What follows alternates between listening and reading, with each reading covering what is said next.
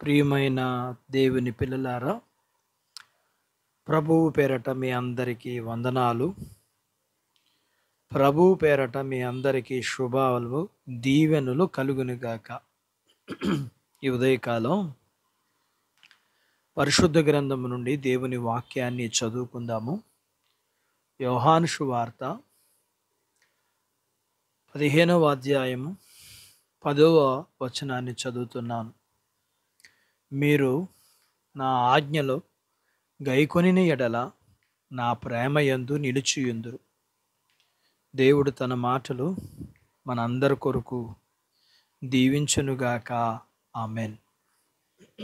ప్రియమైన దేవుని పిల్లలారా, దేవుని ప్రేమ మనం పొందుకోవాలంటే ఆయన మాటకు విధేయులై ఆయన ఆజ్ఞలు పాటించాలి. మనం పాపములో జీవిస్తే దేవుని ప్రేమలో జీవించలేం.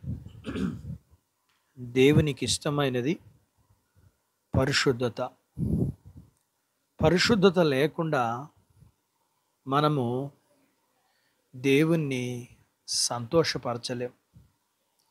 పరిశుద్ధత విషయంలో మనకు ఖచ్చితంగా చాలా జాగ్రత్త అవసరం. అప్పుడు మాత్రమే ప్రభు ప్రేమను ఎరగగలము. మనస్ఫూర్తిగా ప్రభు ప్రేమలో ఆనందించటం అనేది చాలా సున్నితమైనది. ప్రభువు ప్రేమ మనలను పరిశుద్ధతలోకి, అనగా పరిశుద్ధతను కోరుకోవడానికి ఇష్టాన్ని పుట్టిస్తుంది. మనం పరిశుద్ధతను ప్రేమించినప్పుడు మనం సున్నితమైన హృదయాన్ని పొందుకుంటాం. అప్పుడు మన ఆలోచనలు, మన మాటలు, మన నడవడిక, మన జీవిత విధానం మన ప్రియరక్షకుడైన ప్రభువుని ఘనపరిచే రీతిగా ఉంటుంది.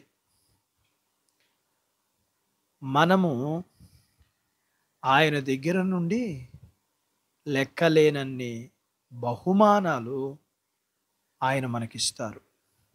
అప్పుడు మన జీవితంలో సంపూర్ణమైన సంతోషం పొందుకుంటాము. ఈ సంతోషం జీవితకాలమంతా కలిగి ఉండునట్లుగా మనం పరిశుద్ధతను ప్రేమించాలి. పరిశుద్ధత ఆయనను చూడగలిగే భాగ్యత మనకు అనుగ్రహిస్తుంది. మనకు దేవునికి పాపము అడ్డుగా నిలబడిపోయే పరిస్థితులు వస్తే కొన్నిసార్లు మనం విధేయత లోపిస్తే ప్రభువు ముఖదర్శనాన్ని పోగొట్టుకుంటాం. మనలో విధేయత కలిగి ఉండడానికి మనం మెలకువగా జీవించాలి. పరిశుద్ధతను ప్రతిష్ఠించుకోవాలి. ప్రభువు ప్రేమలో నిలిచి ఉండాలి. అందుకు లేఖనంలో ఆయన ఇలా అన్నారు, నన్ను ప్రేమించి నా ఆజ్ఞలను గైకొని వారిని నేను 1000 తరాల వరకు కరుణిస్తాను అని. అంటే ప్రేమిస్తాను అని.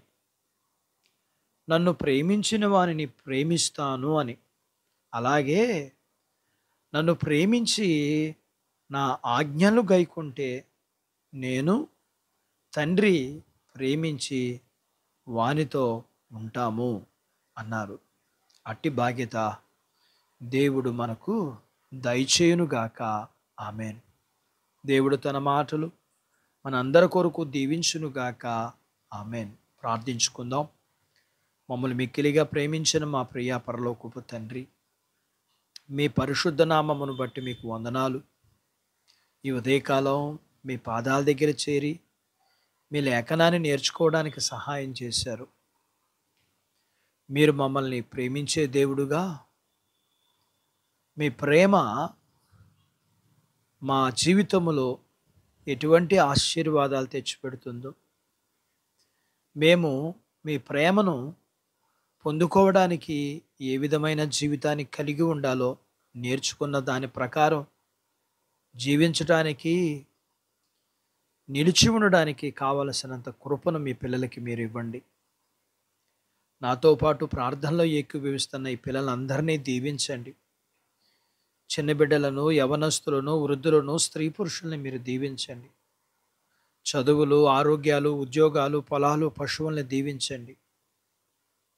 అలాగే వివాహాలు కాని వారికి వివాహాలు అవ్వడానికి, గర్భం లేని వారికి గర్భఫలము, గర్భం కలిగిన వారికి సుఖ ప్రసూతి, ప్రసూతి అయిన తల్లి పిల్లలకు ఆరోగ్యమును ఇవ్వండి.